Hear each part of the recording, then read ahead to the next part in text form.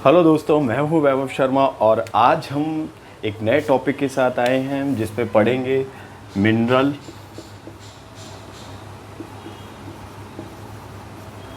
Minerals and rocks के बारे में, जिसे हम हिंदी में कहते हैं खनिज एंड सैल या चट्टान। तो आज हम खनिज या सैल के बारे में पढ़ेंगे कि खनिज या सैल होते क्या हैं और इन पे किस टाइप के क्वेश्चंस बनते हैं हमारे। तो इन सब चीज़ों के बारे में हम डिस्कस करेंगे। तो सबसे पहले अगर हम टॉपिक देखें तो आज जो हमारा टॉपिक है खनिज या सैल, तो इसमें से सबसे पहले अगर हम देखें तो बात करेंगे खनिज के बारे में। खनिज, लेकिन खनिज से पहले हम देखेंगे कि हमारे तत्व क्या होते हैं, एलिमेंट क्या होते हैं जिनसे मिलकर हमारे खनिज बनते हैं। तो सबसे पहले हम उन पे बात करेंगे। तो देखो, पृथ्वी क्या है, भिन्न भिन्न तत्वों से मिलके बनी है। जो हमारी अर्थ है वो भिन्न भिन्न तत्वों से मिलके बनी है। कैसे बनी है? भिन्न भिन्न तत्वों से मिलके बनी है। डिफरेंट, बहुत ही अलग अलग तत्व हैं हमारे अर्थ के अंदर, भिन्न भिन्न तत्वों से मिलके बनी है। अब ये एलिमेंट क्या है? जैसे कि हम बात करें ऑक्सीजन,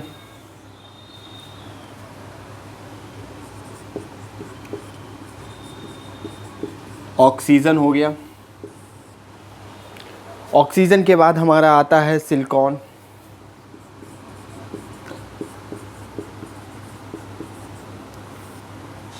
सिलिकॉन के बाद हम देखेंगे यहाँ पे कौन सा, एल्यूमिनियम,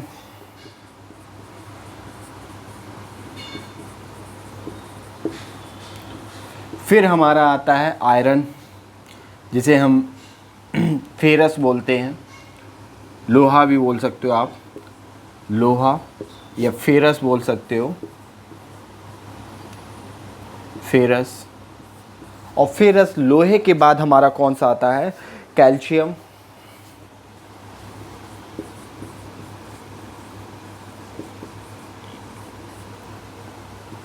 फिर हमारा आता है सोडियम और पोटेशियम। और पोटेशियम के बाद हमारा कौन सा देखने को मिलेगा, फिर हमें देखने को मिलता है मैग्नीशियम। मैग्नीशियम।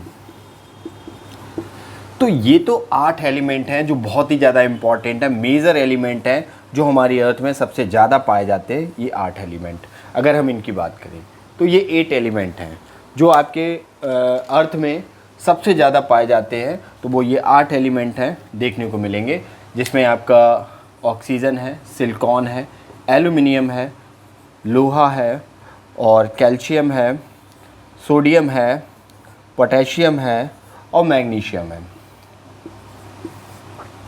बाकी आपके एलिमेंट और हैं जो आपकी अर्थ और क्रस्ट मतलब अर्थ में आपके पाए जाते हैं। तो उनमें से आपके जैसे हाइड्रोजन है,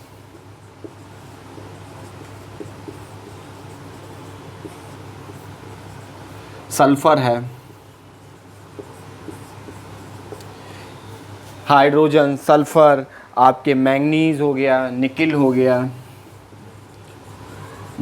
गया, मैंगनीज हो गया।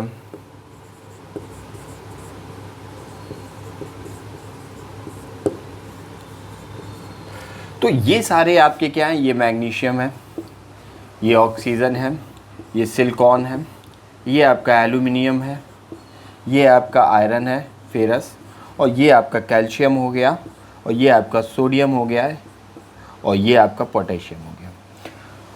अब देखो यहाँ पे अगर हम परसेंटेज वाइज डिवाइड करें तो 46.60% आपका सबसे ज़्यादा ऑक्सीजन पाया जाता है।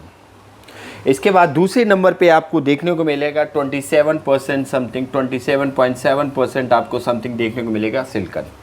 इसके बाद आपको तीसरे नंबर पे 8.13% आपको देखने को मिलेगा एल्यूमिनियम, और इसके बाद 5% आपको देखने को मिलेगा आयरन, और इसके बाद आपको 3.63% आपको देखने को मिलेगा कैल्शियम, ये जो मेजर एलिमेंट हैं 8 एलिमेंट जो सबसे ज़्यादा आपके अर्थ में पाए जाते हैं, और इन्हीं के बनने से, इनके मिलने से क्या होता है, हमारे मिनरल्स बनते हैं। तो मिनरल्स में सबसे ज़्यादा जो अमाउंट रहता है इन हमारे जो 8 एलिमेंट्स हैं इनका रहता है। बाकी हम परसेंटेज वाइज देख लें तो 2.83 आपका सोडियम देखने को मिलेगा, 2.83 आपका सोडियम देखने को मिलता है। इसके बाद 2.59 आपका पोटेशियम देखने को मिलता है, और इसके बाद आपका लास्ट में 2.2% समथिंग आपको देखने को मिलेगा मैग्नीशियम।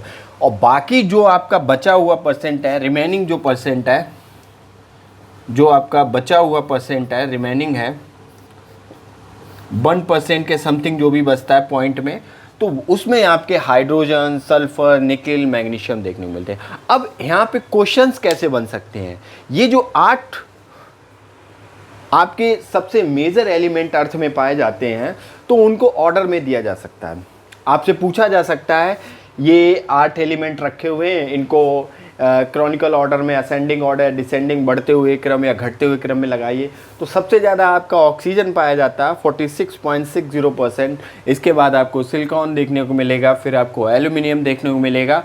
ज़रूरी नहीं है आप ये चीज़ें याद कर पाओ, लेकिन आप इनको ऑर्डर में ज़रूर एक कोई सी ट्रिक या शॉर्ट ट्रिक आप अपने हिसाब से बना पाओ, तो उसके हिसाब से इनको ज़रूर याद कर लेना कि क्वेश्चन इनके ऑर्डर पे बन सकता है।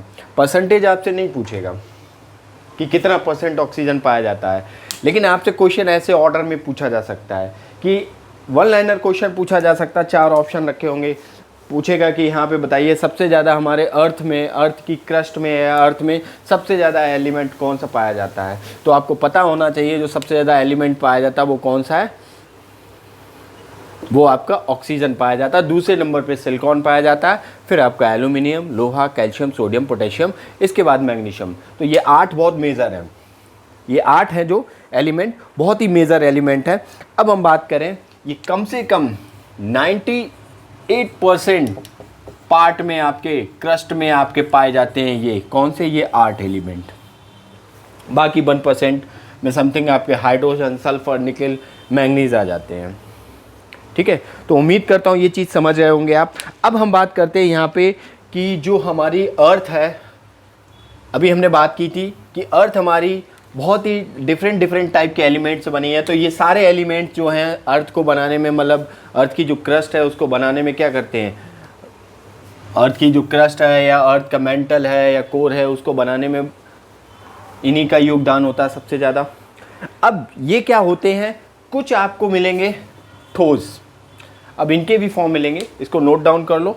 तो हम इसको क्या करें, फिर इरेज करते हैं। चलो, स्पेस कम है। अब हमने जो अभी बात की थी कि यहाँ पे जो अर्थ थी, अर्थ की जो क्रस्ट में आपकी जो डिफरेंट एलिमेंट्स पाए गए थे, भिन्न भिन्न आपके जो अभी हमने जिन एलिमेंट्स पे बात की है, जो तत्व पाए गए थे, अब इन तत्वों के क्या होते हैं, कुछ तो आपकी बाहरी परत में मिलेंगे। बाहरी परत मतलब जो एक्सटर्नल जो लेयर होती है, जैसे क्रस्ट हो गई, क्रस्ट के ऊपरी परत में आपको देखने को मिलेंगे बाहरी परत, जैसे क्रस्ट हो गई।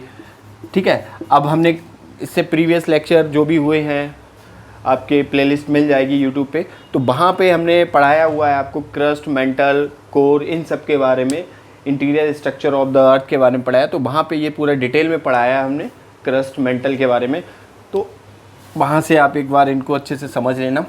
तो बाहरी परत की बात करें तो जैसे हमारी क्रस्ट आ जाती है, भूपर्पटी जिसे बोलते हैं। ठीक है, तो ये जो होती है ये बहुत कठोर होती है। यहाँ पे जो एलिमेंट पाए जाते हैं बहुत ही हार्ड होते हैं, कठोर पाए जाते हैं। अब आंतरिक परत की बात करें, इंटरनल, जैसे आप मेंटल में चले जाइए, कोर में चले जाइए, वो भी तो एलिमेंट से बना। जैसे हमने बात की थी, कोर किससे बनी हमारी, निकेल और फेरस से बनी हुई है core. Outer core, inner core. Outer core कैसी थी, हमने बात की है, आउटर कोर जो आपकी थी वो कैसी थी, आउटर कोर आपकी लिक्विड फॉर्म में थी और इनर कोर आपकी सॉलिड फॉर्म में की थी। क्यों, क्योंकि इतनी ज़्यादा डेंसिटी, इतना ज़्यादा प्रेशर है कि वो एकदम जो एलिमेंट है वो सॉलिड फॉर्म में कन्वर्ट हो। ठीक है, तो यहाँ पे जो आंतरिक जो परत की बात करें, इंटरनल जो इंट्रूसिव या इंटरनल जो हमारी लेयर है, जैसे हमारी मेंटल हो गई, हमारी कोर हो गई, तो यहाँ पे जो हमारे एलिमेंट्स पाए जाते हैं वो आपको बहुत ही गर्म या आपको लिक्विड फॉर्म में मिलेंगे, लिक्विड फॉर्म में देखने को मिलेंगे, आपको ऊपर सॉलिड फॉर्म में देखने को मिलेंगे। ठीक है, तो उम्मीद करता हूँ ये चीज़ आप समझ गए होंगे। अब हम बात करते हैं मेन मिनरल की। यहाँ पे चलिए,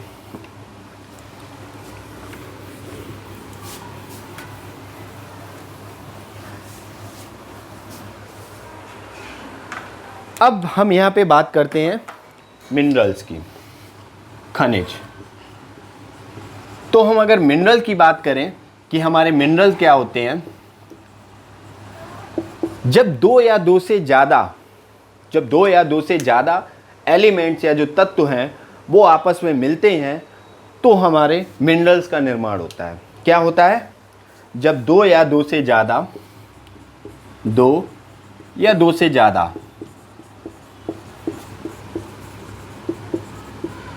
जब एलिमेंट जो होते हैं, जो तत्व होते हैं, जो मिलते हैं, तो ये मिलकर क्या करते हैं?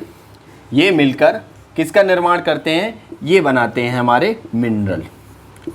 तो ये बनाते हैं हमारे मिनरल।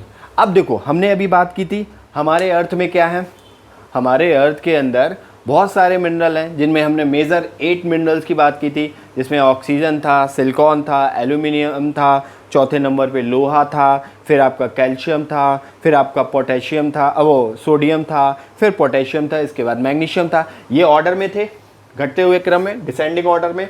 अब हमने जो बात की थी दो या दो से ज़्यादा तत्व मिलकर खनिज बनाते हैं, तो आपके अर्थ में बहुत सारे हाइड्रोजन, सल्फर, बहुत सारे मिनरल्स पाए जाते हैं। अब ये सारे मिनरल्स क्या करते हैं? जैसे आपका ऑक्सीजन हो गया, सोडियम हो गया, कैल्शियम हो गया, फेरस हो गया। अब ये सारे क्या करेंगे?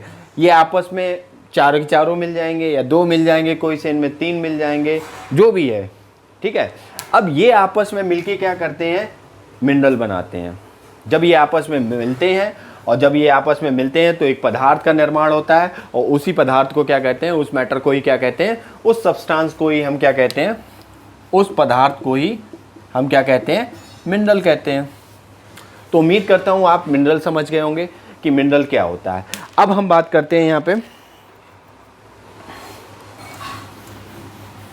अच्छा, जो मिनरल होते हैं वो आपके, अब एक चीज़ तो इस प्रोसेस से समझ ही गए होंगे, मिनरल कोई आर्टिफिशियल नहीं मिलते हैं। तो मिनरल क्या होते हैं? मिनरल यहाँ नेचुरल होते हैं, मतलब प्राकृतिक रूप से पाए जाते हैं, प्राकृतिक रूप से पाए जाते हैं मिनरल, आपके नेचुरल होते हैं। कोई भी आपके मिनरल क्या होंगे, यहाँ पे आपके, आपने देखा जो एलिमेंट अंदर पाए जाते हैं उन्हीं से मिलके बनते हैं मिनरल्स हमारे। ठीक है, अब जो हम आगे पढ़ेंगे रॉक्स के बारे में, तो रॉक्स भी क्या होती हैं? जो चट्टानें हैं, जो सैल हैं, वो भी हमारी क्या होती हैं? वो चट्टानें भी हमारी किससे मिलके बनी होती हैं? वो चट्टानें हमारी खनिजों से मिलके बनी होती हैं, मिनरल से मिलकर बनती हैं, खनिजों से मिलकर बनती हैं। अभी हम आगे नेक्स्ट इसी लेक्चर में पढ़ेंगे रॉक्स के बारे में। तो ये जो रॉक्स हैं ये भी हमारी क्या है? खनिजों से मिलते हैं। तो एलिमेंट से मिलके क्या बना? जब दो या दो से ज़्यादा एलिमेंट्स मिले तो आपके मिनरल्स बने। और मिनरल्स क्या कहते हैं? ये मिनरल्स फिर high pressure, high temperature, high volume, इन सब चीज़ों पे, मतलब उच्च दाब, उच्च तापमान, उच्च आयतन, इन सब आयतन इनका ज़्यादा, तो इन सब की वजह से, इन सारी कंडीशनों की वजह से ये मिनरल किस में तब्दील हो जाते हैं? ये हमारी सैल या चट्टान या रॉक्स में तब्दील हो जाते हैं। तो उम्मीद करता हूँ ये चीज़ समझ में आ रही होगी आपको। अब हम बात करते हैं यहाँ पे, देखो, अब यहाँ पे देखते हैं मिनरल्स का जो मूल स्रोत क्या है। अब इसके मूल स्रोत की बात करें, सोर्स पॉइंट जो बोलते हैं, मूल स्रोत, तो हम इसके सोर्स की बात करें, सोर्स कहाँ पे होता है? देखो, मिनरल्स क्या होते हैं? अगर हमने अभी मिनरल्स की बात करी, जो इनका मूल स्रोत की बात करें तो इनका मूल स्रोत होता है मैग्मा। मैग्मा क्या होता है? जब बहुत सारे सेडिमेंट जो रॉक्स हमारे होते हैं, उसके जो बेस्टेड टूटी फूटी रॉक्स होती है, और वो क्या कर, वो जब नीचे जाती है, हाई टेम्परेचर होता है, हाई प्रेशर होता है, जिससे एक समझो एक चैम्बर होता है पूरा धधकता हुआ, और उसमें सारी चीज़ें क्या होती हैं, वर्न हो रही होती है, तो मैग्मा। अब मैग्मा क्या होती है, ये कहाँ पाई जाएगी, ये आपके पृथ्वी के अंदर पाई जाती है, आंतरिक भाग में देखने को मिलेगी। अब इस आंतरिक भाग में ही क्या होता है, यहाँ से ही आपको पृथ्वी के आंतरिक भाग में पाई जाती है। अब ये मैग्मा क्या होती है, जब वो बाहर आती है आंतरिक भाग में ही क्या होती है, ठंडी होती है। और जब ये कुछ कारणों की वजह से जब ये ठंडी होती है तो क्या हो जाता है, ये सेल खनिजों में तब्दील होने लगती है, और यही खनिज क्या है, चट्टानों में तब्दील होने लगते हैं फिर। ठीक है, तो उम्मीद करता हूँ ये चीज़ समझ में आ रही होगी आपको। तो देखो आपके यहाँ पे बहुत सारे मिनरल्स होते हैं। जैसे हम बात करें, नीचे आपको मिनरल्स मिलेंगे, कोयला मिलेगा, एक मिनरल है, पेट्रोलियम मिलेगा, ये कार्बनिक है। आपको यहाँ पे प्राकृतिक गैस, नेचुरल गैस देखने को मिलेगी। जो नेचुरल गैस है वो आपको ज़मीन में देखने को मिलेगी। तो ये सारे जो कैसे खनिज हैं, ये सारे कार्बनिक खनिज हैं, मतलब कार्बनिक मिनरल हैं। इनमें कार्बन की मात्रा देखने को मिलेगी। बाकी हमने जो ऊपर बात की थी, ऑक्सीजन, ये सब, इनमें आपको कार्बन देखने को नहीं मिला था। और जो कार्बन हमने 1% की बात की थी ना, रिमेनिंग बचा है, उसमें आपको कार्बन देखने को मिलता है। और उसी का पार्ट है ये कोयला, पेट्रोलियम, प्राकृतिक गैस, जिसमें हमने हाइड्रोजन, सल्फर, इन सब की बात की थी। तो उसी में क्या है, उसी में आपको 1% के समथिंग में आपको कार्बन देखने को मिलता है, और उस कार्बन में ही आपके ये मिनरल्स देखने को मिलते हैं। जैसे कोयला हुआ, पेट्रोलियम, प्राकृतिक गैस, ये हम जो डेली लाइफ में अपने यूज़ कर रहे हैं। अब कोयले का भी यूज़ कर रहे हैं थर्मल पावर प्लांट पे, पेट्रोलियम का, डीजल, पेट्रोल, केरोसिन ऑयल, बहुत सारे जो ऑयल्स हमारे बन रहे हैं रॉ, उससे, तो हम उसका भी, नेचुरल गैस का भी हम बहुत सारा यूज़ कर रहे हैं अपनी लाइफ में आजकल। ठीक है, तो चलिए अब हम बात करते हैं इनके टाइप की। तो उम्मीद करता हूँ यहाँ पे आपको एलिमेंट, जो तत्व है हमारे, और तत्व के बाद हमें खनिज, खनिज के बाद हमारी सेल्स आपको समझ में आ गई होंगी। तो चलिए अब हम मिनरल्स के टाइप की बात कर रहे हैं।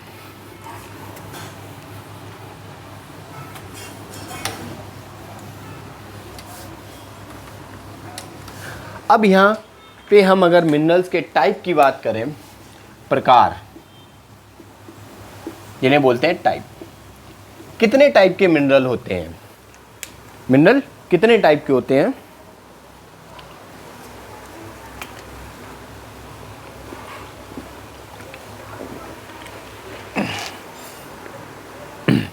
तो देखो यहां पे मिनरल की बात करें तो मिनरल आपको 2 टाइप के देखने को मिलेंगे, मेजर फॉर्म है।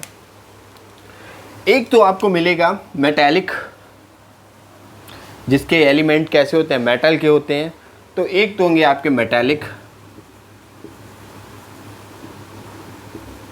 जिन्हें बोलते हैं धात्विक।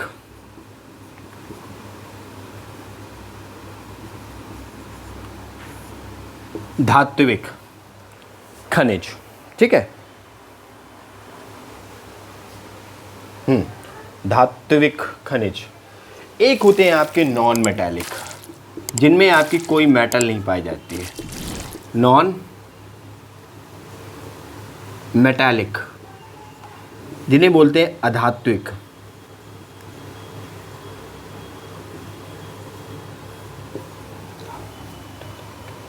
ये धात्विक होगा, डैश लगा दो, धात्विक, ये है अधात्विक। ठीक है, तो 2 टाइप के आपके मिनरल देखने को मिलते हैं, धात्विक और अधात्विक। धात्विक की बात करें, जो मेटालिक मिनरल होते हैं, तो ये भी आपको 3 फॉर्म में देखने को मिलेंगे। एक तो आपके प्रीशियस होते हैं, बहुत ज़्यादा प्रीशियस, मतलब बहुत ज़्यादा बहुमूल्य होते हैं, जिनकी वैल्यू बहुत ज़्यादा होती है, बहुमूल्य, प्रीशियस। एक आपके बहुमूल्य होते हैं, जैसे जैसे बहुमूल्य में अगर हम देखें, बात करें तो कौन कौन से आ जाते हैं, जैसे आपका गोल्ड हो गया, सोना, स्वर्ण जिसे बोलते हैं गोल्ड, सिल्वर हो गया जिसे हम चांदी बोलते हैं, और आपका प्लैटिनम हो गया, प्लैटिनम जो करती हैं ना पत्नियां, ये सब आजकल डिमांड प्लैटिनम की रिंग, वो यही प्लैटिनम है, बहुमूल्य प्रीशियस मिनरल है ये। ठीक है, बहुत वैल्यू होती है इसकी, प्लैटिनम। तो ये हमारे हो गए बहुमूल्य। अब हम बात करते हैं यहाँ पे कुछ आपके आयरन बेस्ड होंगे, ठीक है। लौह धातु बोलते हैं जिसे, लौह धातु, लौह धातु जिसमें आयरन होता है, जैसे आपका लोहा हो गया, जैसे लोहा बोलेंगे आयरन हो जाएगा।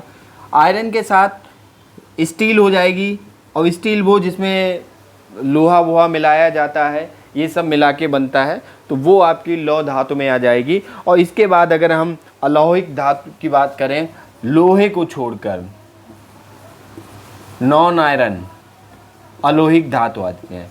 तो अलौहिक धातु में आपकी कौन कौन सी आ जाएंगी? तो अलौहिक धातु में हम बात करें तो यहाँ पे आपकी जिंक आ जाएगी, हिंदी में भी जिंक होगा, जेडन। आपका सीसा आ जाएगा, जिसे हम इंग्लिश में लेड बोलते हैं, आई थिंक पीडी होता है, पीवी या पीडी ये इसका सिंबल होता है, ठीक है। लेड के बाद कौन कौन सी आती है यहाँ पे? टीन, कॉपर, एल्यूमिनियम, एल्यूमिनियम देखने को मिलेगी, एल्यूमिनियम Al, कॉपर आ जाएगी Cu, कॉपर Cu, और भी आपकी टीन आ जाएगी यहाँ पे। ये सारी आपके आ जाएंगी मेटालिक धात्विक हैं, ठीक है। अब हम दूसरे टाइप की बात करें तो दूसरा टाइप हमारा कौन सा आता है? दूसरा टाइप आता है बच्चों नॉन मेटालिक, अधात्विक। तो अधात्विक में हमारा कौन कौन से आते हैं? जैसे हम बात करें, सल्फर आ गया, पोटेशियम आ गया,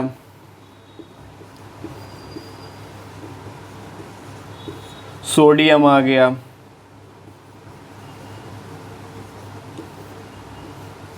यूरेनियम आ गया, जो अब बम न्यूक्लियर बम बनाने में काम आते हैं ये सब। तो ये सब आ गया, तो ये किस में आ गया? नॉन मेटालिक में आ जाते हैं। तो ये हमारे टाइप, जो हमारे मेटल कितने टाइप के पाए जाते हैं, इन सब पे डिस्कशन कर लिया। अब हम बात करते हैं जो हमारे मिनरल हैं, और मिनरल की बात करें तो मिनरल का यूज़ हम कहाँ पे करते हैं इन सब का, तो उस पे बात करते हैं। चलिए, तो उम्मीद करता हूँ ये चीज़ समझ में आई होगी आपको। नोट डाउन कर लीजिए इस चीज़ को।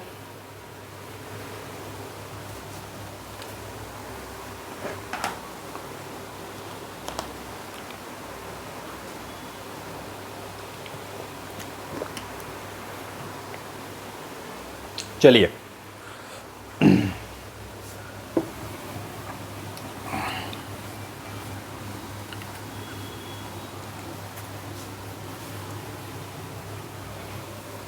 अब हम इनके यूज की बात करेंगे। इनका उपयोग कहाँ करते हो? उपयोग, इनका यूज कहाँ पे करते हैं? तो अगर हम इनके यूज की बात करें तो देखो, सबसे पहले तो हम ये क्या, मानव जाति के लिए बहुत ही ज़्यादा महत्वपूर्ण है। ह्यूमन लाइफ के लिए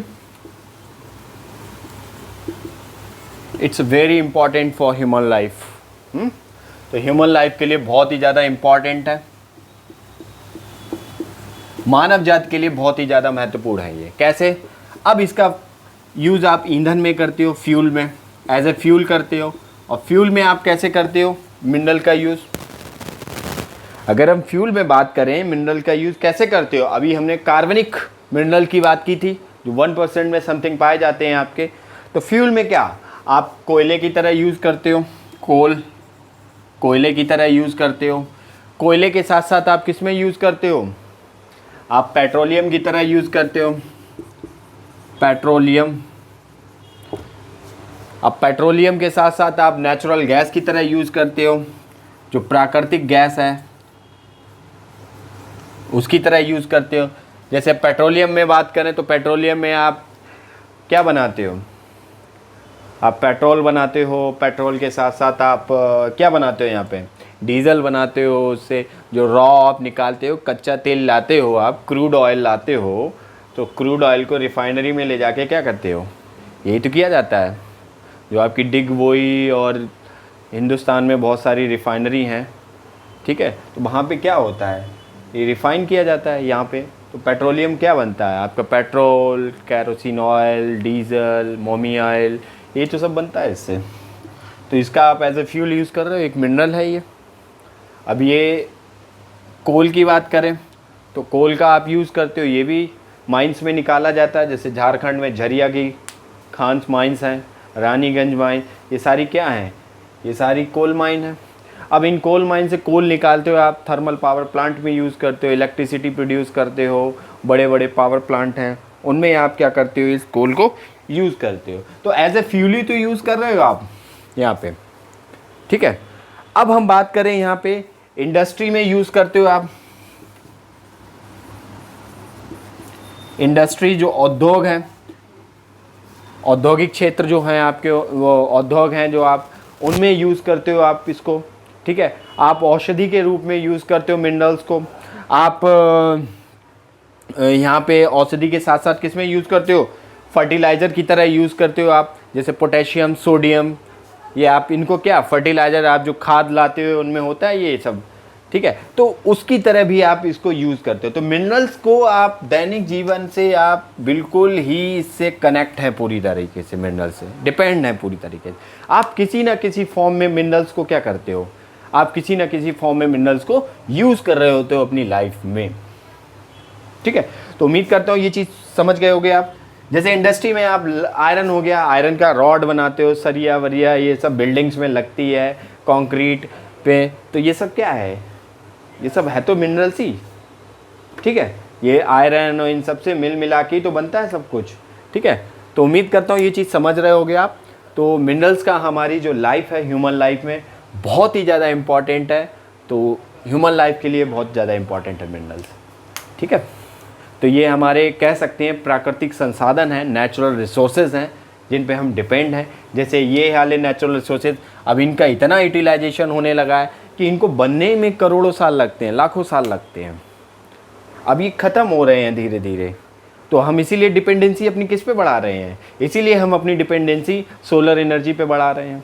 अब देख रहे हो आप इंडिया में बहुत सारे सोलर पावर प्लांट लग रहे हैं, कुछ स्टेशंस भी कैसी हैं, सोलर पैनल लग गए उन पे, वो जो भी रन की जा रही हैं स्टेशंस, रेलवे स्टेशन या बस स्टॉप या और भी प्लांट्स हैं जो क्या हैं, बहुत बड़े लेवल पे ये काम चल रहा है, ठीक है। अभी हम इन सारी एनर्जी की, टाइडल एनर्जी से हम इलेक्ट्रिसिटी प्रोड्यूस करेंगे, इन सब पे चीज़ों पे वर्क चल रहा है, ठीक है।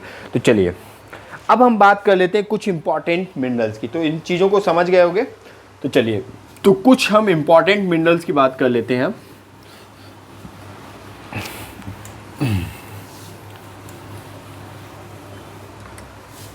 अब यहाँ पे इंपॉर्टेंट मिनरल्स अगर देखे जाएं, कुछ महत्वपूर्ण मिनरल हैं, खनिज हैं, एक दो हैं, उनको देख लेते हैं, उनकी क्या क्या विशेषताएं हैं उन पे हम बात कर लेते हैं। तो हम सबसे पहले अगर यहाँ पे जिक्र करें तो यहाँ पे आता है आपका माइका, जिसे हिंदी में भी माइका बोलते हैं। माइका, वो वाला माइका मत समझ लेना, बीवी वाला माइका नहीं है, ये मिनरल है। चलिए, तो ये हमारी क्रस्ट में जो हमारी भूपर्पटी है, भूपर्पटी में समथिंग, ये क्रस्ट में आपको अप्रॉक्स, ये भूपर्पटी में आपको 4% तक देखने को मिलेगा ये वाला मिनरल। और ये किससे मिलके बना होता है, ये बहुत सारे एलिमेंट से मिलके बना होता है, जैसे पोटेशियम भी होता है, मैग्नीशियम होता है, सोडियम होता है, आयरन होता है, सिलिकॉन होता है, ये बहुत सारे एलिमेंट से मिलके बनता है ये वाला मिनरल माइका। माइका की यूज़ बात करें तो इसका यूज़ हम करते हैं इलेक्ट्रिक इंस्ट्रूमेंट बनाने में, विद्युत उपकरणों में यूज किया जाता है, विद्युत उपकरणों में इसका यूज़ करते हैं इलेक्ट्रिक इंस्ट्रूमेंट। इलेक्ट्रिक इंस्ट्रूमेंट बनाने में इसका माइका का बहुत ही बड़ा योगदान है, यूज़ करते हैं। और ये आपको कौन सी रॉक में मिलता है, अगर हम रॉक की बात करें, अभी हम आगे पढ़ेंगे इसी लेक्चर में रॉक्स के बारे में, सेल्स के बारे में, तो ये आपको इग्नियस और मेटामॉर्फिक रॉक्स में देखने को मिलेगा, जो आपकी आग्नेय और रूपाकायांतरिक चट्टानें हैं, वहाँ पे आपको देखने को मिलेगा माइका। तो उम्मीद करता हूँ ये चीज़ समझ गए होगे। चलिए अब नेक्स्ट वाला देख लेते हैं हम, नेक्स्ट कौन सा। अगर हम नेक्स्ट की बात करें तो नेक्स्ट आता है आपका क्वार्ट्ज। कौन सा आता है आपका? क्वार्ट्ज। क्वार्ट्ज। अब क्वार्ट्ज की बात करें तो ये क्वार्ट्ज क्या होता है? ये क्वार्ट्ज आपका कहाँ पे इसमें सबसे पहले तो बात करो, सिलिका होता है, और ये किसका एक कंपोनेंट है? ये आपकी जो सैंड है, जो रेत है, और जो ग्रेनाइट है, अभी हम बात करेंगे ग्रेनाइट, इन सब की रॉक्स की बात करेंगे, इन दोनों का कंपोनेंट है, घटक है। ठीक है। यूज़ की बात करें तो इसका यूज़ हम कहाँ करते हैं? इसका यूज़ हम रेडियो में करते हैं, रडार में यूज़ करते हैं। प्लेन उड़ते हैं ना आपके, एरोप्लेन रडार सिस्टम से कनेक्ट होते हैं, तो वहाँ पे क्वार्ट्ज का यूज़ किया जाता है। इस मिनरल्स का बनता है ये सब कुछ। ठीक है। रेडियो में यूज़ करते हो आप इसका। ठीक है। और ये बहुत ही ज़्यादा हार्ड होते हैं, ये वाटर में घुलते नहीं हैं, मिक्स नहीं होते हैं। ठीक है। तो चलिए अब हम स्टार्ट करते हैं। उम्मीद करता हूँ ये चीज़ समझ गए होंगे, मिनरल्स आप समझ गए होंगे। अब हम बात करते हैं यहाँ पे सेल की, जिन्हें हम क्या बोलते हैं? रॉक। सेल, रॉक्स, जिसे हम कहते हैं सेल। सेल को हम देख चुके थे, सेल किससे मिलके बनती थी? सेल जो आपकी मिलके बनी है वो आपकी किससे मिलके बनी है? वो आपकी मिलके बनी है खनिज से। और खनिज किससे मिलके बने हैं? दो या दो से ज़्यादा एलिमेंट्स या तत्व मिलते हैं तब आपके मिनरल्स बनते हैं। और जब वो खनिज हाई टेम्परेचर, हाई प्रेशर होता है तब वो आपके सेल्स या रॉक्स बनते हैं। ठीक है। तो अब हम यहाँ रॉक्स की बात करें तो ये रॉक्स क्या है? जैसे आपकी क्रस्ट है, जैसे हमने बात की थी प्रीवियस लेक्चर में, हम देख चुके हैं यहाँ पे क्रस्ट होती है इंटीरियर पार्ट में। ये आपकी अपर क्रस्ट है, ये लोअर क्रस्ट है, फिर आपकी अपर मेंटल आती है, फिर आपकी लोअर मेंटल आती है, फिर आउटर कोर आती है, फिर इनर कोर आती है। तो ये जो क्रस्ट है, जैसे ये क्या है? ये आपकी किससे मिलके बनी है?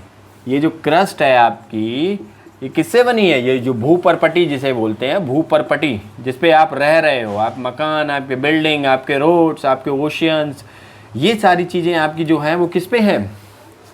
ये भूपर्पटी आपकी रॉक से मिलके बनी है, सैलों से, चट्टानों से मिलके बनी हुई है आपकी। ये भूपर्पटी आपकी चट्टानों से मिलके बनी हुई है। तो उम्मीद करता हूँ ये चीज़ समझ में आ गई। अब हम इसके निर्माण की बात करें कि इसका निर्माण कैसे होता है, इसका फॉर्मेशन कैसे होता है, सेल्स बनती कैसे हैं। तो देखो यहाँ पे क्या होता है, जब दो या दो से ज़्यादा, दो या दो से ज़्यादा जब मिनरल्स मिलते हैं, खनिज क्या करते हैं? खनिज मिलते हैं, तो ये मिलकर क्या करते हैं? ये मिलकर चट्टाने बनाते हैं। मिनरल्स क्या करते हैं? ये मिलकर चट्टानों का निर्माण करते हैं। अब इन चट्टानों की बात करें तो ये चट्टानें कैसी हो सकती हैं? ये चट्टानें कैसी हो सकती हैं? ये आपकी हार्ड भी हो सकती हैं, कठोर हो सकती हैं, ये आपकी नरम हो सकती हैं, सॉफ्ट हो सकती हैं। इनका डिफरेंट साइज़ हो सकता है, भिन्न भिन्न आकार की हो सकती हैं, भिन्न भिन्न आकार की हो सकती हैं, डिफरेंट साइज़ हो सकता है इनका, डिफरेंट कलर हो सकता है, भिन्न भिन्न कलर की हो सकती हैं, ज़रूरी नहीं सेम कलर की हो, भिन्न भिन्न रंग की हो सकती हैं, कलर की हो सकती हैं। ठीक है। तो कठोर हो सकती है, जैसे हम बात करें कठोर की, जैसे ग्रेनाइट। ग्रेनाइट ये क्या है? हार्ड है। नरम की बात करें, सेल खड़ी हो गई आपकी, सेल खड़ी, ये आपकी कैसी है? ये नरम है। ठीक है। तो इस टाइप की आपकी ये रॉक्स हो सकती हैं, डिफरेंट कलर की हो सकती हैं, डिफरेंट साइज की हो सकती हैं, आपके नरम हो सकती हैं, सॉफ्ट मतलब हार्ड हो सकती हैं, कठोर हो सकती हैं। तो ये हो सकती हैं जब दो या दो से बहुत ज़्यादा जब आपके मिनरल्स मिलते हैं और वो खनिज मिलके ही आपके किसका निर्माण करते हैं? वो आपके रॉक्स बनाते हैं, सेल बनाते हैं। तो उम्मीद करता हूँ ये चीज़ समझ गए होंगे। तो चलिए अब हम देखते हैं इनके टाइप्स की। बहुत ही इंपॉर्टेंट है, जहाँ से आपका क्वेश्चंस बनते हैं आपके एग्ज़ाम में। तो ये वाला जो अभी टॉपिक पढ़ाने जा रहा हूँ मिनरल्स जो रॉक्स का, तो यहाँ से क्वेश्चंस बहुत बनते हैं आपके, वन लाइनर या स्टेटमेंट वाइज जो भी समथिंग आपके मैच द फॉलोइंग बनते हैं, तो यहाँ से क्वेश्चन बहुत ज़्यादा बनते हैं। तो ये वाला जो पढ़ा रहा हूँ बहुत ही ईजी है और इस पर अच्छे से फोकस करना एक एक पॉइंट पे, क्योंकि ये बहुत ज़्यादा इम्पॉर्टेंट है। चलिए हम बात करते हैं रॉक्स के टाइप की, कि कितने टाइप के होते हैं, कितने प्रकार के होते हैं। चलिए, तो यहां पे रॉक्स आपको 3 टाइप की दिखेंगी। पहली जो रॉक होती है वो आपको उसको कहते हैं इग्नियस, इग्नियस या आग्नेय, आग्नेय सेल, इग्नियस रॉक। देखो बोर्ड पे स्पेस कम है तो थोड़ा चीज़ों को समझते जाना, मैं बोलता जा रहा हूँ उस पर भी ध्यान बहुत ज़्यादा देना, ठीक है। तो कुछ चीज़ें शायद ना लिख पाऊँ, बोलता जा रहा हूँ, ठीक है। तो हिंदी इंग्लिश दोनों में लिखना डिफ़िकल्ट हो जाएगा, ठीक है। तो हम बोलते जा रहे हैं यहाँ पे, उस पर भी ध्यान देना। इग्नियस। दूसरे टाइप की जो आपकी रॉक आती हैं उनको कहते हैं सेडिमेंट्री, सेडिमेंट्री, जिन्हें हम कहते हैं अवसादी, अवसादी सेल। तीसरे नंबर पे आती हैं आपकी मेटामॉर्फिक,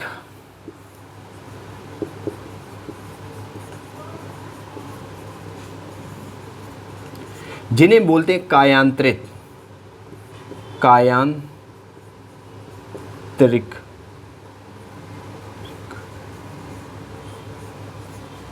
कायांत्रिक, रूपांतरित भी बोलते हैं, कायांतरित भी बोलते हैं। तो इसका कई सारे नाम हैं, इसके 2 नाम हैं। कायांतरित, ये शायद कायांतरित गलत लिखा हुआ है, कायांत्रिक है, ठीक है, कायांत्रिक। तो ये 3 टाइप की आपकी क्या हो गई, सेल हो गई। अब हम बात करते हैं यहाँ पे मेटामॉर्फिक की। सबसे पहले हम बात करेंगे इग्नियस रॉक की। इग्नियस रॉक क्या होता है, जैसे हमने प्रीवियस लेक्चर में देखा है, यहाँ पे आप अगर इससे पहले वो टॉपिक नहीं पढ़ा, वो बहुत ज़रूरी टॉपिक है, इंटीरियर ऑफ द अर्थ और वोल्केनोज वाला टॉपिक। आप प्लेलिस्ट में जाइए, वहाँ पे आपको मिल जाएगा यूट्यूब पे, ठीक है। तो डिस्क्रिप्शन बॉक्स में भी मैं इसका लिंक डाल दूँगा इन वीडियोज़ का। तो वहाँ पे आप जब पढ़ेंगे तो मैग्मा और इन सब के बारे में बताया मैंने अच्छे से वहाँ पे, ठीक है। तो क्या होता है, नीचे आपका मैग्मा होता है। जैसे हम बात करें, ये है आपका माउंटेन, नीचे होता है आपका मैग्मा, ये मैग्मा चैम्बर है पूरा। माउंटेन नहीं, अभी मैं माउंटेन का एग्जांपल लेके कर रहा हूँ, प्लेन एरिया भी हो सकती है, माउंटेन भी हो सकता है, हम वोल्केनो की दृश्य से बता रहे हैं आपको, ठीक है। तो ये है आपका मैग्मा। अब यहाँ पे बहुत ही ज़्यादा द्रवित मैग्मा है, गर्म एरिया है, बहुत ही ज़्यादा हाई टेम्परेचर है, यहाँ पे उच्च ताप देखने को मिलेगा, हाई टेम्परेचर है यहाँ पे, उच्च ताप देखने को मिलेगा, यहाँ पे बहुत ही उच्च दाब देखने को मिलेगा, हाई टेम्परेचर, हाई प्रेशर देखने को मिलेगा, हाई प्रेशर है यहाँ पे, ठीक है। अब ये मैग्मा क्या होती है, जब कुछ कंडीशंस की वजह से जब ये ऊपर आती है तो ये क्या करती है, सरफेस जो अर्थ सरफेस है क्रस्ट पे आती है तो ये फ्लो होने लगती है। अब जब ये फ्लो होने लगती है तो इसी का नाम क्या हो जाता है, हम बात कर चुके हैं, इसको ही कहते हैं लावा, ठीक है। इसको क्या कहते हैं, लावा। अब देखो यहां पे समझते जाना कि जब मैग्मा, द्रवित मैग्मा जब ठंडी होती है और ठंडी हो जाने के, अभी हम बात करेंगे 2 टाइप की आपकी मैग्मा जो इग्नियस रॉक होती हैं, एक इंट्रूसिव होती है, एक एक्सट्रूसिव होती है, लेकिन अभी हम कंबाइंड इसकी एक पूरी डेफिनेशन बता रहे हैं, इसके बाद हम इंट्रूसिव एक्सट्रूसिव बताएंगे इसी फिगर से। सबसे पहले आप समझ लो, जब द्रवित मैग्मा जब क्या होती है, ठंडी होकर या तो अंदर ही ठंडी हो जाए या बाहर आकर सरफेस पे आकर ठंडी हो जाती है, तो कुछ जो कंडीशंस होती हैं उनकी वजह से ठंडी होने के बाद ये क्या होती है, ठोस चट्टान में तब्दील हो जाती है, और इसी चट्टान को क्या कहते हैं, आग्नेयस सेल कहते हैं। इन परतों को ही क्या कहते हैं, लेयर्स को ही इग्नियस रॉक कहते हैं। तो उम्मीद करता हूँ ये डेफिनेशन आप समझ गए होंगे। तो जो मैंने बोला है उसको नोट डाउन कर लीजिए क्योंकि स्पेस कम है लिखने में। तो यहाँ पे क्या है, द्रवित मैग्मा। एक बार फिर से बोल दे रहा हूँ, जो द्रवित मैग्मा है वो पृथ्वी के अंदर या बाहर ठंडी होकर परतों में तब्दील हो जाती है, बदल जाती है, तो वही परतें क्या कहलाती हैं, आग्नेय सैल कहलाती हैं, आग्नेय चट्टान कहलाती हैं। अब ये इग्नियस रॉक क्या होती है, इसीलिए इसे हम एक नाम से और जानते हैं, प्राइमरी सैल भी कहते हैं, इसे प्राइमरी रॉक्स भी कहते हैं, या कह दो प्राथमिक सैल भी कहते हैं इसको, क्योंकि ये सबसे पहले बनती हैं। ठीक है, अब इग्नियस रॉक की बात करें तो ये दो टाइप की होती है बेटा। एक तो होती है आपकी एक्सट्रूसिव, जिसे हम वहिर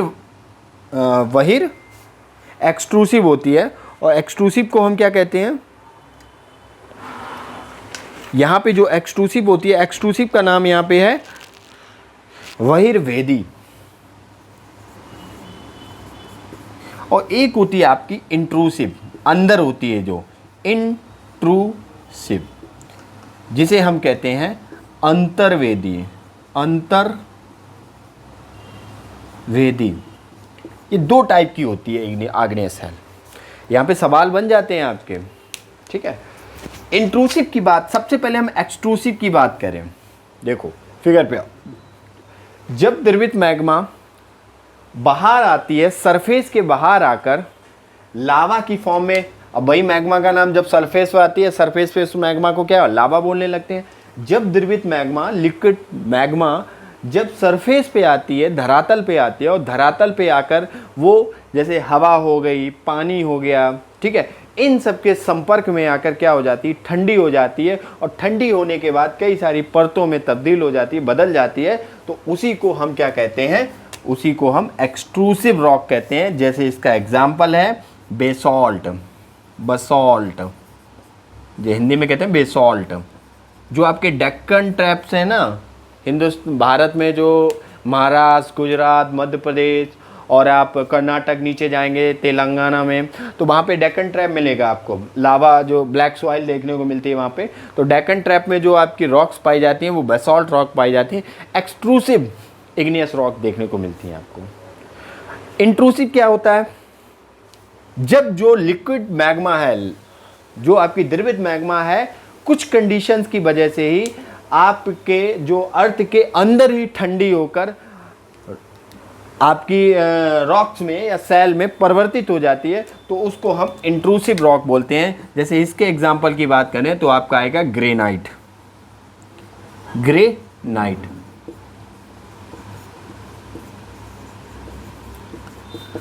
अब यहां पे एक पॉइंट और है, जब बाहर ठंडी होती है तो बहुत ही महीन महीन दानों में रॉक्स बनती है, लेयर्स बनती है। तो यहाँ पे जो चट्टान होती है, जो रॉक होती है, वो बहुत ही महीन दाने होते हैं, बहुत ही महीन, छोटे छोटे टाइनी पार्टिकल टाइप के होते हैं, महीन दानेदार होती है चट्टान। और यहाँ पे बड़े बड़े क्रिस्टल्स होते हैं, लार्ज क्रिस्टल। अंदर अंदर जब ठंडी होती है मैग्मा पृथ्वी के अंदर ही, तो जब वो सैल से या चट्टान में तब्दील होती है, तो वो क्या होती है, बड़े बड़े दाने में, लार्ज क्रिस्टल्स में क्या होती है, तब्दील हो जाती है, बड़े बड़े दानेदार आपकी देखने को मिलेगी। तो यहाँ पे स्टेटमेंट वाइज क्वेश्चन पूछ दिया जाता है कि जो ग्रेनाइट है वो बहुत ही एक छोटा सा स्टेटमेंट हल्का सा चेंज कर दे आपसे कि जो ग्रेनाइट रॉक्स हैं, इग्नियस रॉक्स हैं, वो बहुत ही छोटे छोटे टाइनी पार्टिकल जो दानेदार क्रिस्टल से मिलकर बनती है, नहीं, वो बहुत ही लार्ज क्रिस्टल से मिलकर बनती है। क्या, एक्सट्रूसिव, इंट्रूसिव आपकी। और इंट्रूसिव कौन सी है, ग्रेनाइट। ये आप क्वेश्चन आपको दे दिया जाता है यहाँ पे, बेसॉल्ट है वो इंट्रूसिव का पार्ट है, नहीं, वो एक्सट्रूसिव इग्नियस रॉक का पार्ट है। तो उम्मीद करता हूँ ये जो की पॉइंट है, यहाँ से ही आपके क्वेश्चंस बहुत सारे बनते हैं। अभी हम आगे देख रहे हैं। अब दूसरी आती है आपकी यहाँ पे सेडिमेंट्री की बारी। अब हम सेडिमेंट्री के बारे में बात करेंगे। तो सेडिमेंट्री क्या होता है, देखो, जो ये इग्नियस रॉक हैं, जब ये इग्नियस रॉक क्या करती हैं, जब ये इग्नियस रॉक बाहर होती हैं। अब जब धरातल पर या सरफेस पे होती हैं अर्थ के, तो क्या करती हैं कि ये हवा जैसे एक्स्ट्रा बहुत ही ज़्यादा एक्सटर्नल फोर्स काम कर रहे होते हैं चीज़ें, जैसे आपकी वायु हो गई, आपका वाटर हो गया, इन सब चीज़ों की वजह से क्या ये लुढ़कती हैं। अब जो लुढ़कती हैं एक दूसरे से टकराती हैं, अब जब एक दूसरे से टक्कर खाती हैं तो ये टूटती हैं, और जब ये टूटती हैं और तो टूटने के बाद क्या होता है, टूटती हैं और टूटने के बाद क्या होता है, ये कई छोटे छोटे पार्टिकल्स में बिखर जाती हैं। जब ये छोटे छोटे पार्टिकल्स में बिखर जाती हैं, इसके बाद क्या होता है, फिर हाई प्रेशर या टेम्परेचर, इन सब के कारण ये मतलब कंप्रेस हो जाती हैं बहुत ज़्यादा, और ये क्या आती है, सेल की परत में चेंज हो जाती हैं, और यही परत क्या कहलाती है, आपकी आग्नेय चट्टानें या अवसादी चट्टानें कहलाती हैं आपकी। तो ये प्रोसेस जो होती है ये 1-2 महीने या साल खड़े की नहीं है, ये कईयों साल चलती है, तब प्रोसेस होती है ये। ठीक है, आप देखेंगे एक पत्थर पे कहीं पे पानी कंटिन्यू गिरता चला जा रहा है तो पत्थर बीच से टूटने लगता है, वो इसमें उतना आपको स्पेस देखने को मिलेगा। क्यों, वो एक दिन में नहीं होता है। जब पत्थर पड़ता रहता है तो वो पानी पड़ता है पत्थर पे, तो पत्थर को कि जो पार्टिकल्स हैं वो हटते रहते हैं वो, और वो काफ़ी लंबी प्रोसेस होती है। तो ये जो इग्नियस सेडिमेंट्री रॉक बनती है ये भी काफ़ी लंबी प्रोसेस होती है। सेल लड़ेंगी, टूटेंगी छोटे छोटे पार्ट्स में। ठीक है, वीदरिंग प्रोसेस जिसे कहते हैं हम। ठीक है, हिंदी में आई थिंक इसे अपर्दन बोलते हैं या नपक्षय बोलते हैं, तो इसमें थोड़ा कन्फ्यूज़न है, एक बार देख लेना। तो वीदरिंग प्रोसेस में क्या होता है, यही सब होता है। वीदरिंग के टूल्स क्या हैं, आपके वाटर हो गया, आपके एयर हो गए, ये वीदरिंग के टूल्स हैं। और ये क्या करते हैं, ये रॉक को तोड़ देते हैं छोटा छोटा पार्ट्स में। फिर आपका एक इरोजन भी होता है, एक जगह से पार्टिकल्स को दूसरी जगह ट्रांसपोर्ट कर देना, वो भी इन्हीं की वजह से होता है, टूल्स की वजह से। ठीक है, तो अभी आगे जब चैप्टर पढ़ेंगे तो उसमें अच्छे से देखेंगे इस टॉपिक को पूरे। तो ये क्या होती है, सेडिमेंट्री रॉक होती हैं। अब सेडिमेंट्री रॉक की बात करें तो कौन कौन सी सेडिमेंट्री में आती हैं, जैसे आपका सैंडस्टोन आ गया, सैंडस्टोन जिसे हम बलुआ पत्थर कहते हैं। जैसे आपका दिल्ली या आगरे का किला है, वो किससे बना हुआ है, सैंडस्टोन से ही बना हुआ, बलुआ पत्थर। तो ये इसमें बलुआ पत्थर में क्या होता है, रेत सैंड के पार्टिकल होते हैं, उन्हीं पार्टिकल से मिलके कंप्रेस होके जैसे भी हाई टेम्परेचर या प्रेशर जो भी उसके थ्रू क्या होता है, ये स्टोन में चेंज हो जाता है सैंड पार्टिकल। ठीक है, एक स्टोन बन जाता है। ये लंबी प्रोसेस होती है, अभी हमने बात की है। तो जैसे आपका दिल्ली का किला रेड फोर्ट क्या है, लाल किला, वो सैंडस्टोन से ही बना हुआ है। आगरे का किला सैंडस्टोन से ही बना हुआ। जितने महाराजाओं के पुराने किले बने हैं आप देखेंगे, अजमेर का किला, ये सब जो राजस्थान में है, मध्य प्रदेश में, ये सब क्या है, रेड सैंडस्टोन से ही तो बने हुए हैं सब। ठीक है, तो उम्मीद करता हूँ ये चीज़ समझ में आई होगी। जैसे आपका इसमें आ जाता है लाइमस्टोन, लाइमस्टोन आ जाता है, चूना पत्थर आ जाता है, चूने के छोटे छोटे जो पार्टिकल्स होते हैं कैल्शियम, उससे मिलके बनता है। खड़िया आ जाती है आपकी, चौक, चौक के बाद आपका कोयला आ जाता है। ये सब क्या है, ये आपके सेडिमेंट्री रॉक्स हैं। ठीक है, चलिए अब हम तीसरी बात करते हैं यहाँ पे, मेटामॉर्फिक। तीसरी जो रॉक है हमारी वो है मेटामॉर्फिक या कायांतरित।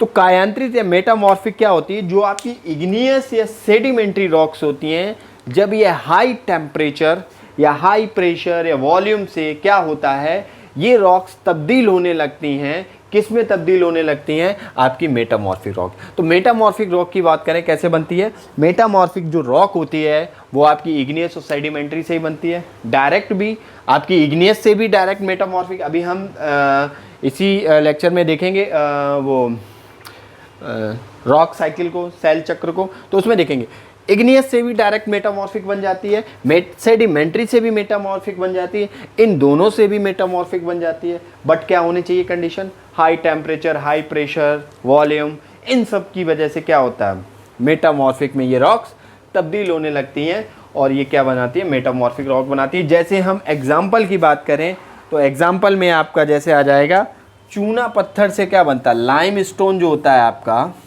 चूना पत्थर जो होता है लाइम स्टोन, तो इससे मिलकर क्या बनता है, जब ये हाई टेम्परेचर हाई प्रेशर की, पृथ्वी के अंदर ही होती हैं ये सारी कंडीशंस, जब ये हाई प्रेशर हाई कंडीशन जैसी टेम्परेचर जैसी कंडीशंस बनती है तो ये किस में चेंज हो जाती हैं, संगमरमर में। संगमरमर, जैसे आपने देखा है दुनिया का 8वां अजूबा कौन, ताजमहल। तो ताजमहल किसका बना, वाइट संगमरमर का। तो जो ताजमहल जिस रॉक का बना हुआ है वो रॉक कौन सी है, मेटामॉर्फिक रॉक है। तो उम्मीद करता हूँ ये चीज़ आपको समझ में आ रही होगी। चलिए ठीक है, जैसे और भी एग्जांपल है, चिकनी मिट्टी है आपकी। अब चिकनी मिट्टी से क्या बनता है, आपकी स्लेट बन जाती है, स्लेट।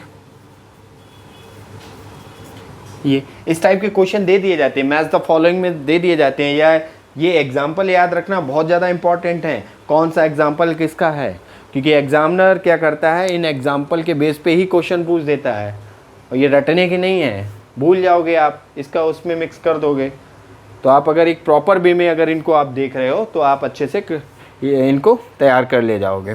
ठीक है, तो आपने ये देखा कि लाइम स्टोन से क्या बना, संगमरमर बना, high pressure high temperature in सब कंडीशन की वजह से। तो क्या हुआ, ये मेटामॉर्फिक रॉक है। ठीक है, चलिए अब हम देखते हैं इनके यूज़ के। तो इनका यूज आप जानते हैं, रॉक का यूज़ क्या है, आप कंक्रीट जिन्हें रोड है, इमारतें, बिल्डिंग्स बनाते हो, अपने हाउसेस घर बनाते हो आप। ठीक है, बहुत सारी चीज़ इनके काम आते हैं। आप बहुत सारे पहले गेम भी खेले जाते थे स्टोन से ही, ये पत्थर से जो भी गेम थे अब तो ये सब क्या है, इनके रॉक्स के यूज़ ही हैं। ठीक है, चलिए अब हम रॉक साइकिल की बात करते हैं। तो उम्मीद करता हूँ ये बहुत ही इंपॉर्टेंट टॉपिक था, यहाँ पे आपको समझ में आया होगा ये रॉक टाइप के। तो इसको नोट डाउन कर लीजिए।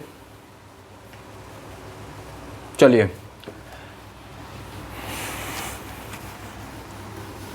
अब हम देखेंगे जो हमारा लास्ट टॉपिक है हमारे इस लेक्चर का, और वो क्या है, वो है रॉक साइकिल। क्या है, रॉक साइकिल।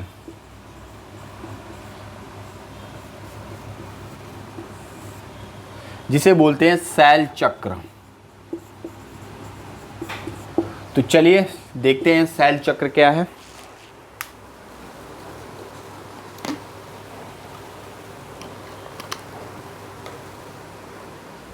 देखिए सबसे पहले अगर हम यहाँ से देखें, ये है हमारा मैग्मा, पिघला हुआ जो पदार्थ है मैग्मा है।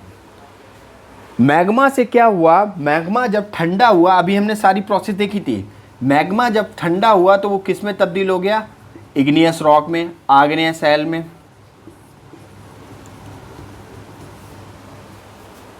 आग्नेय शैल में तब्दील हो गया। अब ये क्या हुआ, ठंडा हुआ।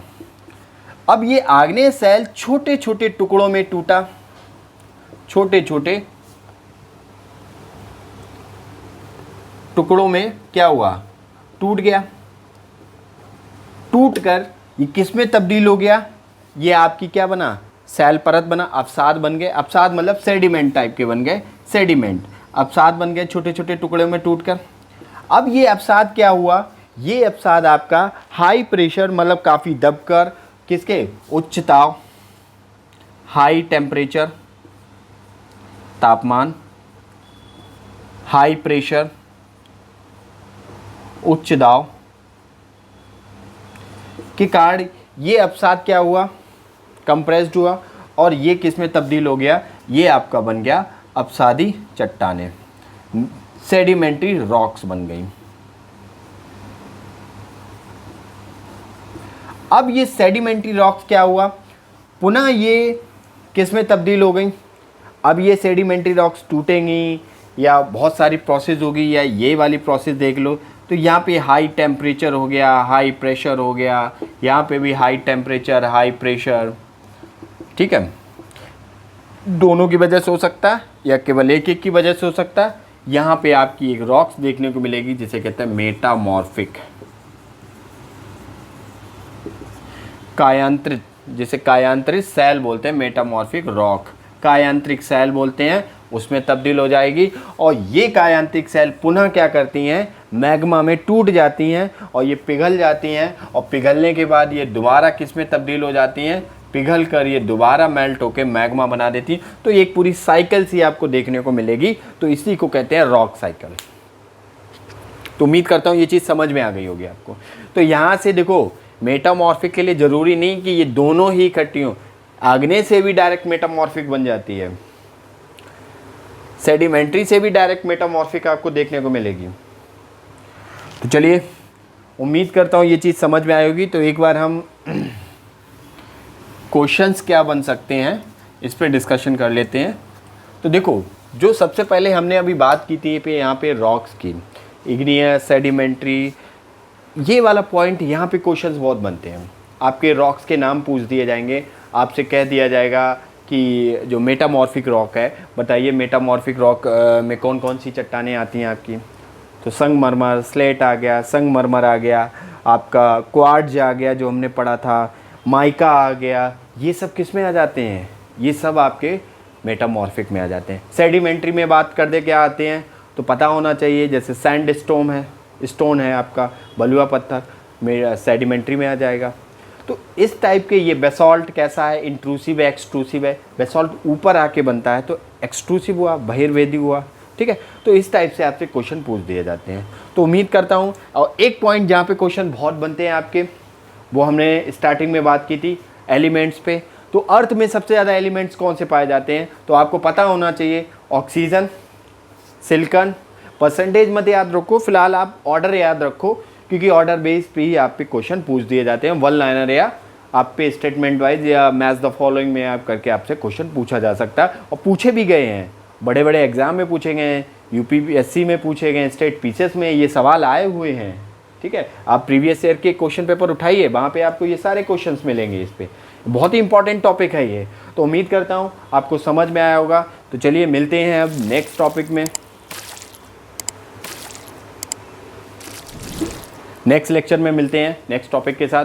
तब तक के लिए जय हिंद।